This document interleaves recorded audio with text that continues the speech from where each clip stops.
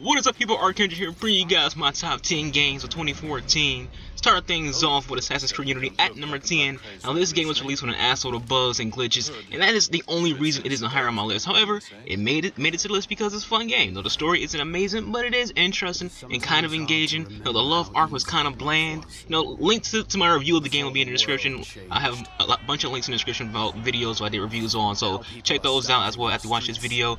But I did enjoy the game. It was a pretty decent game. It's a fun game with just running around killing shit. Once you get past those bugs, you see this game for what it is. A decent Assassin's Creed game that would have been the savior had it not had all those launch issues. I say savior because the last two Assassin's Creed games have been good in my opinion. Some might say that there hasn't been a good Assassin's Creed game since Assassin's Creed 2. In my opinion, the only bad Assassin's Creed games were Brotherhood, Black Flag, and Rogue. After Black Flag, I lost faith in the franchise, but this game kind of got me back into the franchise a little bit, and I am looking forward to the next game, which has already been leaked. Been Assassin's Creed Victory, based in Britain. Honor your father's memory. I will find justice no matter the cost. This is why I joined the Brotherhood. For revenge. For redemption. Monsieur Maximilien de Robespierre. I will never talk. Marquis de Sade. You used me. We used one another. You're the only one who can save the Brotherhood? We can, together. It happens tonight. Please. You want to protect me? I want to help you. Nicely done, my friend. If you don't have the stomach for revenge, then I don't need your help. We've been betrayed from within. Conspiracy. Intrigue. I have to do this myself.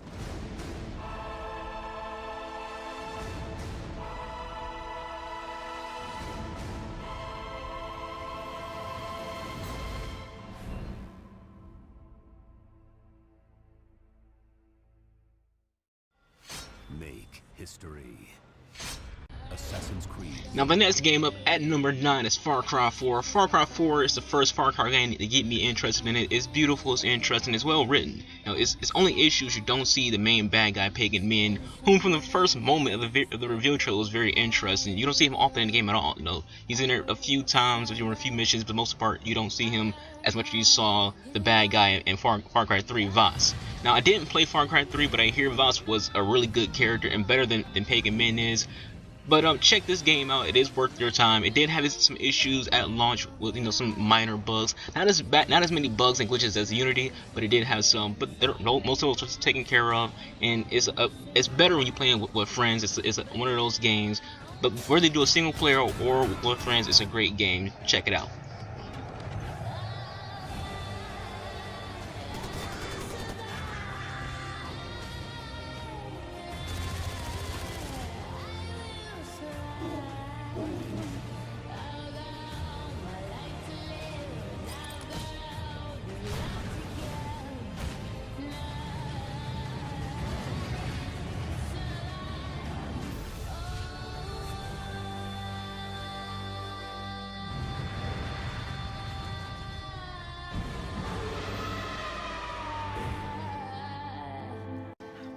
Coming in at number 8, another very good game, another game that was very underrated, went under the radar, is Valiant Hearts. This game is really deep. It's a very, very deep game, very emotional game. It's another game that went under the radar, like I said. It's a greatly written game. It's another game that has an atmosphere that captures your emotions. I'm not big on any titles, but this game was a good one. It's cheap. It's a cheap game, so if you have some time on your hands, check it out. I do recommend it. Especially if you're in a side scrollers, you might not like this game. But again, it's not really based on its gameplay. It's a very story-driven game. And the story is worth experiencing. The story is also based on the real-life letters written by those who served in the First World War. Humanity can shine from even the darkest hours.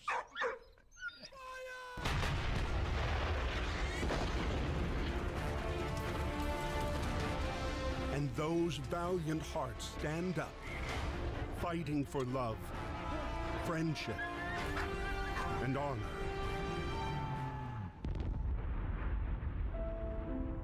To the point of sacrificing everything, even their own life.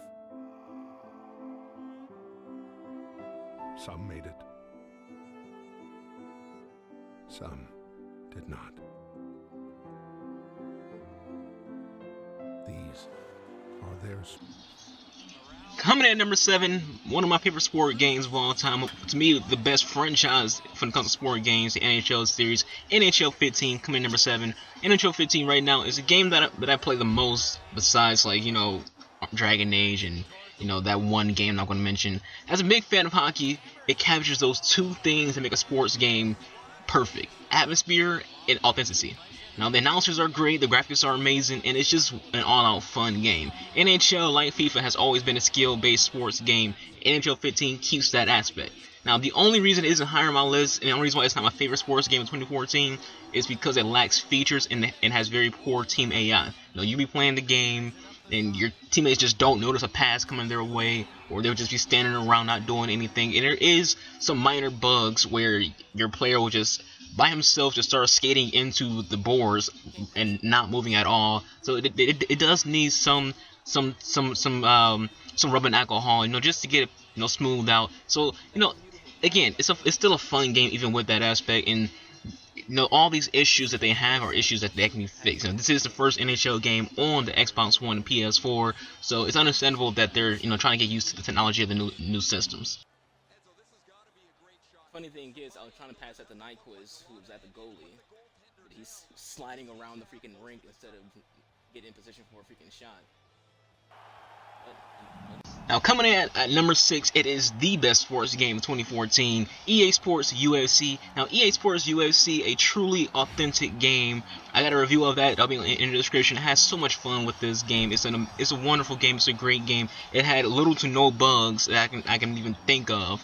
Yes, I mean, it have issues. Again, all games have issues. Now, some issues are bugs. Some issues are just gameplay. The issues in this game in terms of gameplay aren't mentioned in the review, and they're things that can be fixed by the time that the next title comes out. But EA Canada, who made this game, they did what I wanted a UFC game to be like since day one. Now, when THQ had the rights to UFC games, you know, they were fun to play, but they weren't sport games. You know, they were just, you know, more fighting games. You know, a sports game, they don't have, you know, roster DLCs. Sport games have roster updates, and that's what EA brought to the UFC. They brought in roster updates. So you have your starting fighters that you have at launch, and then they update the rosters, you know, bi-weekly or monthly to have more fighters in the game. So you don't have to pay for extra fighters, you know, like you did with THQ. Now, besides, like, you did have to pay for Bruce Lee when it first came out, but after that he became free.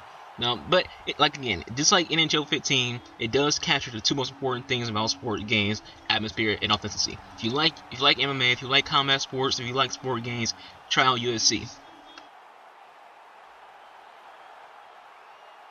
Metro 2033. Coming in at number 5, a re-release, Metro Redux. Now, I didn't get the honor to play this game when it first came out for the PS3, the PC, and 360. So this is my first time experiencing the game, and I was not disappointed at all. A deeply interesting story that made me want to go out and buy the books and get a better understanding of the story. Very interesting story. It's a true survival game that embraces smart gameplay and stealth gameplay. You know, if you really are into survival games, if you're really into those deep stories, I do recommend trying out Metro Redux. It's not an expensive game, so go out and try it. It's a fun game. I do truly recommend it.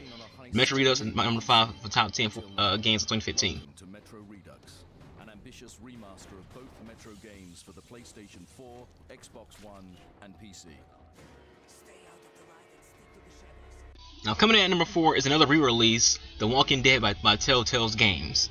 Now, I didn't get to play this game on the last gen system, so I was pretty happy when they made them for the next gen, because I heard so much good things about it. And as a fan of the comic books and a hater of the TV show, I have to try it out, you know, see where it lies. Is it more like the TV show, or is it more like the comics? And it's more like the comics. And man, I'll say this, I was surprised at how good of a game it actually is. You know, from top to bottom, it's one of the best stories I've played thus far on the new systems. You know, the writing is so good, you get emotionally attached to characters. You either really love a character like Lee or Clementine, or you really hate a character like Lily or Kenny. You know, and by hate, I mean the writing is so good, you develop an emotional hatred towards those characters. Not like, oh, they're badly written, or oh, they suck.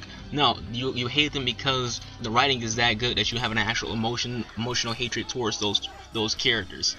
And the end of both seasons are just purely deep seasons. The endings are always, you know, captivating and interesting and engaging. You want to play the game, and when you're done with the first season, you can't wait to get to the second season. When the second season ends, you're just sitting there going, where's season 3? So check out, if you haven't played any of them yet, check out The Walking Dead by Telltale's Games. Great game. My number 4. You shouldn't have to do stuff like this. Shouldn't have to do a lot of things. A lot of folks died to get us this far. We owe it to them to see this done. We can still make this work. All I'm saying is, start thinking about what happens if you're wrong.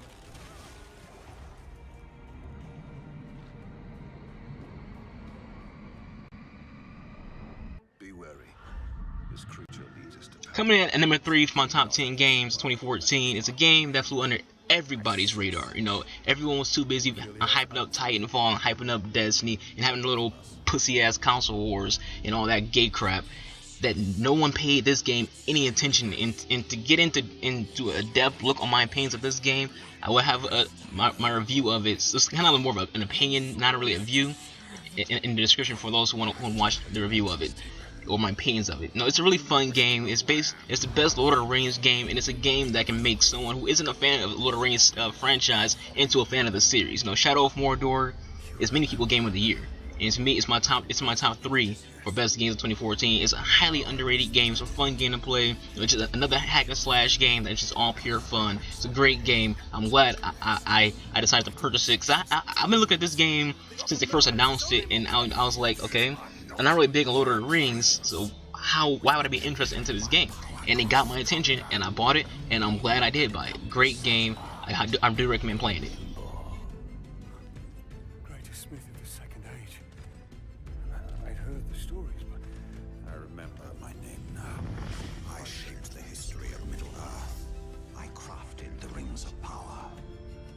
Your power penetrates the mind, like that of the evil one. My power gives us the gateway to defeating the Dark Lord. Do not seek vengeance. This is the means. An army talion, one for us to lead.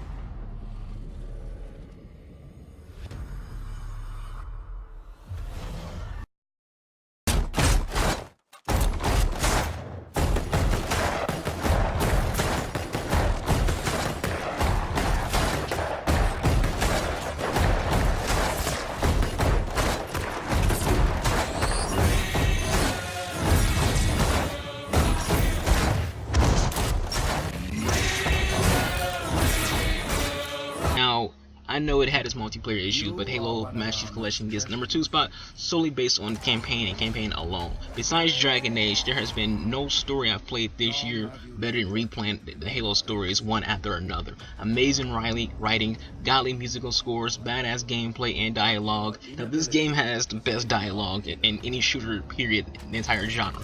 You know, from the conversation between Chief and Cortana to the banter between the Marines or the banter between grunts, it's just great dialogue. It's pretty humorous when you hear the things the grunts say and hear the things the Marines say. It's a great game, and I was happy as hell when they announced the Chief Collection.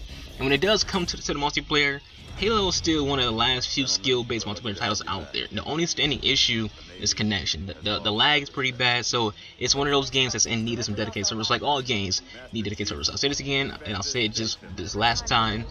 All games on PS4 and Xbox One need to be on dedicated servers. There's no reason why they shouldn't be. You have the technology, you have the money, go out and get the servers, because these games are just laggy shits when they're not on servers, and the lag makes the gameplay not fun.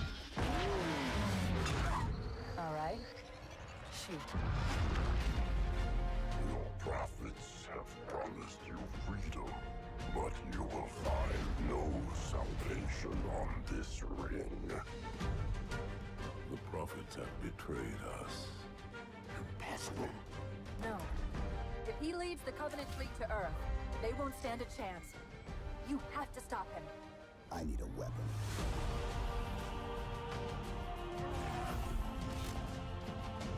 We're going in.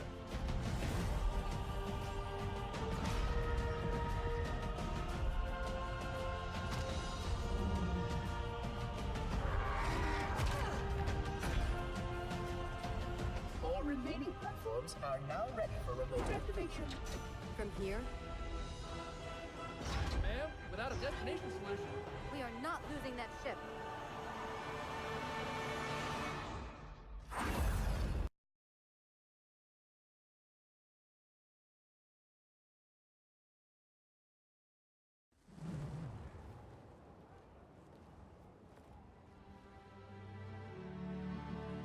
Inquisitor, meet Hawk, the champion of Kirkwall. Though I don't use that title much anymore. Hawk, the Inquisitor. I figured you might have some friendly advice about Corypheus. You and I did fight. Last but not least, coming in at number 1 for my top 10 games of 2014, Dragon Age Inquisition. Dragon Age is many people's game of the year, just like it's my game of the year as well. It's an amazing game. It's a perfect RPG.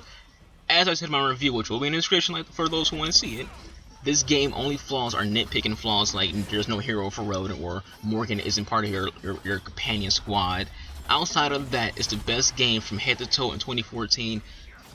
It was great. You know, like I said in my review, BioWare lost fans over Mass Effect 3's ending, and they lost fans over Dragon Age 2 being so small that they came out with both their fists up, ready to engage anybody, and they threw their left hooks, they threw the right hooks, and they just downright gave us the best game that BioWare can give us, and it's that game. This is the best RPG BioWare has created. Now, Mass Effect has a better story, but in terms of pure RPG style gameplay, this is BioWare's best RPG style gameplay game. I'll say it again, Mass Effect to me was more of an action game with RPG elements. This is a true RPG, it's a traditional RPG, it's an amazing game, it's a very large game, it's like Skyrim, fused with Mass Effect, fused with Dragon Age. It's a great game, and if you haven't played already, what the hell are you doing?